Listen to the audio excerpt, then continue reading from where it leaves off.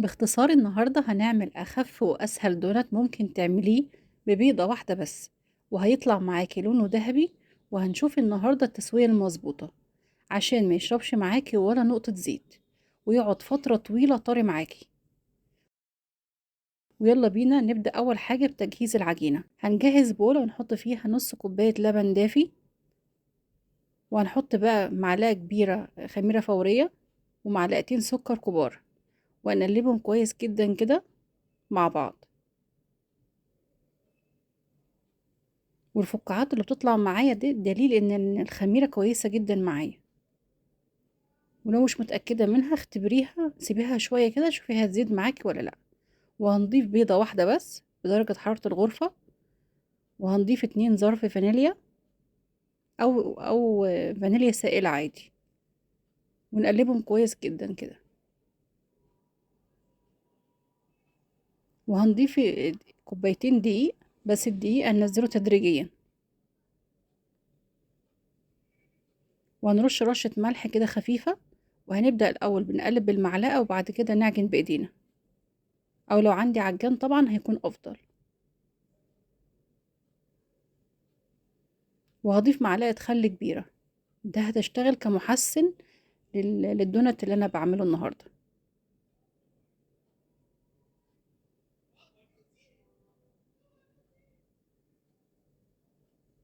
أبدأ أعجن كده كويس جدا.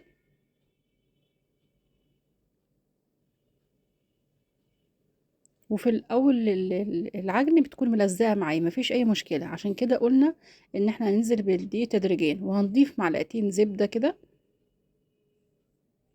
يعني طرية معايا أو سايحة.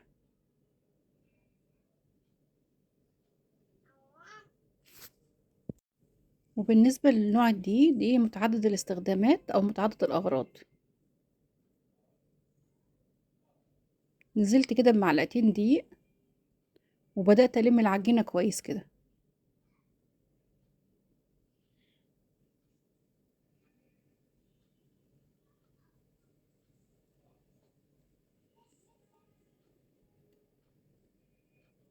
نزلت شوية كمان بدقيق، معلقة دقيق تانية. أهم حاجة إن تكون إيديا نضيفة بعد العجن وما تكونش ملزقة معايا. بس جهزتها كده ونزلت بيها على الرخامة عشان خاطر أعجن براحتي.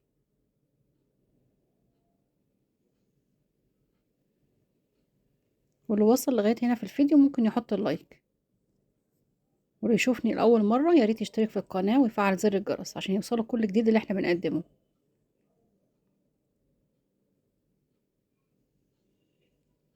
نعجنها كده ما تقلش عن 5 دقايق.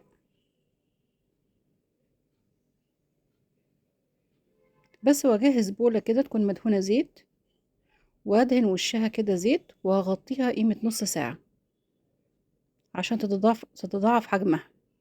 لو في الصيف هتاخد نص ساعة، لو في الشتاء هتاخد ساعة بالظبط تخمير.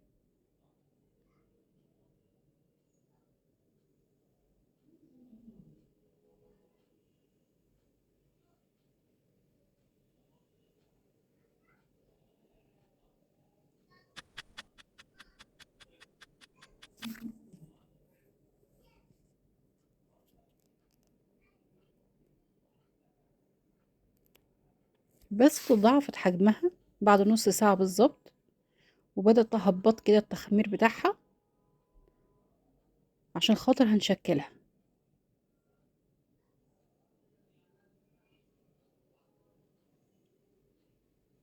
هرش رشة دقيق كده خفيفة، وابدأ بقى افردها سواء بايدي او بالنشابة براحتي. طالما خمرانة كويس بتتفرد معايا بكل سهولة.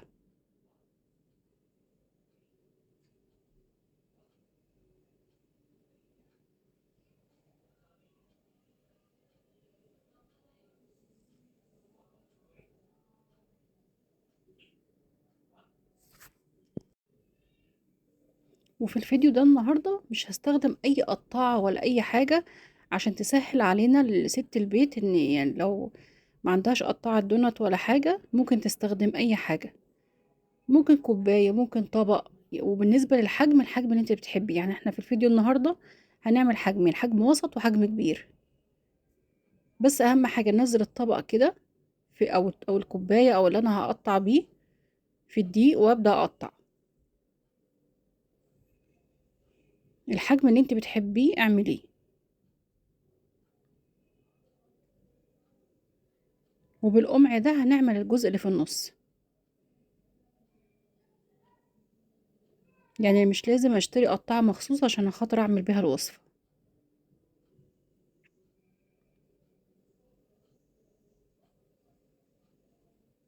والدوائر اللي في النص اللي انا بطلعها دي مش هرميها ولا اي حاجة، برضو هحمرها وهنحطها بشوية سكر كده للأولاد كده يفرحوا بيها. وبقية العجينة دي يعني دي شكلت الحاجات الوسط، الحجم الوسط، وبقية العجينة دي فردتها تاني برضو وعملت بيها الحجم الكبير اللي انت هتشوفوه برضو في الفيديو. جبت ورق زبدة كده وقطعته بالمقص مربعات كده عشان خاطر نحط عليه الدونات يتخمر عليه.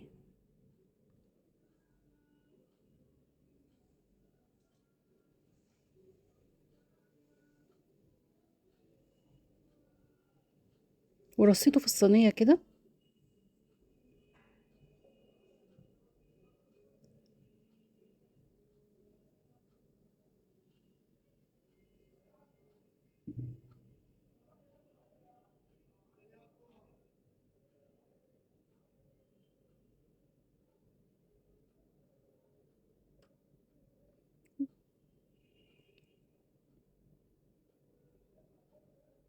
ودي الحاجات الصغيرة اللي طلعتها برضو هغطيها برضو واخمرها. اخمرها قيمة نص ساعة، يعني النهاردة خمرنا العجين مرتين.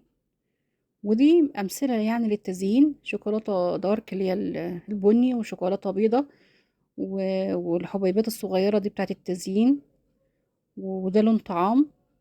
أو مكسرات كان عندي لشوية لوز كده قلت استخدمهم، سيحتهم في الميكروويف الشوكولاتة وحطيت عليها معلقة زيت، وسبتها كده تاخد درجة حرارة المطبخ بتاعي عشان خاطر ما تسحش معايا من أثناء التزيين، يعني تكون متماسكة لحد ما. بس جهزت طاسة كده سخنت الزيت، وبعد كده هديت النار خالص. واول ما انزلها في الطاسه اشد على طول ورقه الزبده. يعني انا كنت دلوقتي درجه الحراره بتاعه الزيت، يعني كنت عاملاها على رقم 1 بالظبط، على اقل درجه حراره عشان خاطر تستوي معايا من النص، لان ممكن تحمر معايا من الجنبين وفي النص لا، تكون معجنه. فانا سخنت الزيت الاول وبعد كده هديت النار خالص. دي هي التسويه المظبوطه.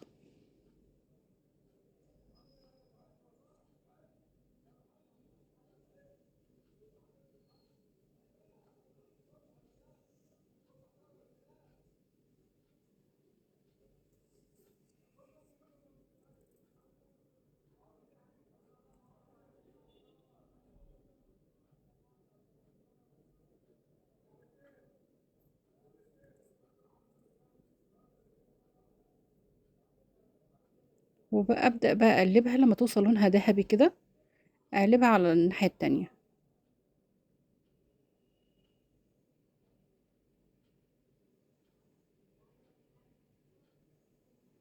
وهطلعها كده على مناديل المطبخ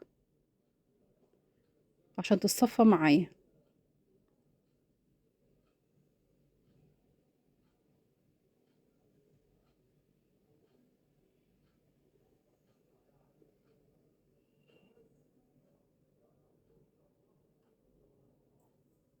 ودي الكور الصغيرة برضو اللي طلعتها من النص.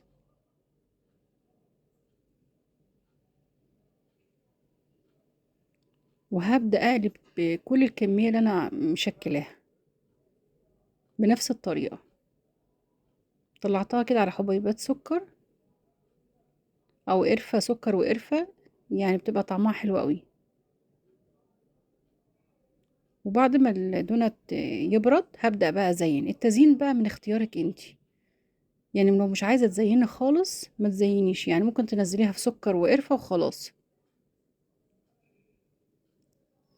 في الوقت ده كنت بوريكم قد ايه قطنية من جوه ولونها فاتح وخفيفة جدا ومش شاربة زيت معايا وطالعة بجد تحفة.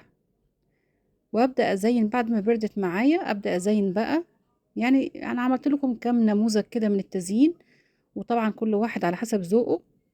يعني انا زينت اشكال كتيرة بس دي اللي يعني ظهرتها في الفيديو.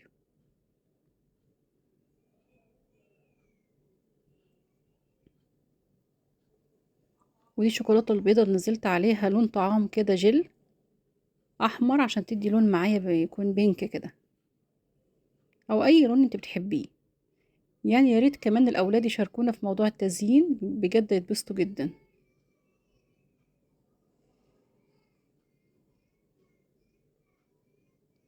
فما تتقيديش بالتزيين بتاعي ولا حاجة، يعني على حسب امكانياتك وعلى حسب اللي انت بتحبيه زيني بيه.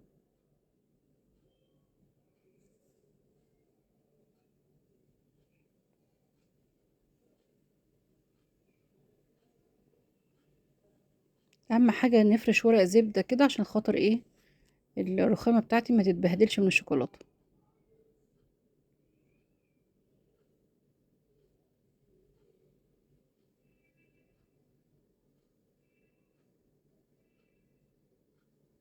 ودي كان شوية شوكولاتة حطيتهم في كيس كده بتاع تزيين، وفتحت حتة صغيرة كده ونزلت منه الشوكولاتة زي ما انتوا شايفين. يعني بطريقة زي ما انتوا شايفينها كده. كان عندي بسكوت سادة وبسكوت بوريو ده برضو حطيته في التزيين برضو. يعني شكلت نماذج كتيرة. ده الحجم الكبير وده الحجم الوسط عشان خاطر تختاري اللي انت بتحبيه. بجد حلوة جدا وقطنية ويعني ومغذية لأولادنا، وتنفع في اللانش بوكس في الفترة اللي جاية في تجهيزات المدرسة. يعني ممكن واحدة من دي مع علبة عصير بتبقى كفاية، يعني بتدي طاقة وتغذية لأطفالنا. لو عجبكم الفيديو متنسوش تحطوا اللايك وتشتركوا في القناة وتفعلوا زر الجرس. سلام.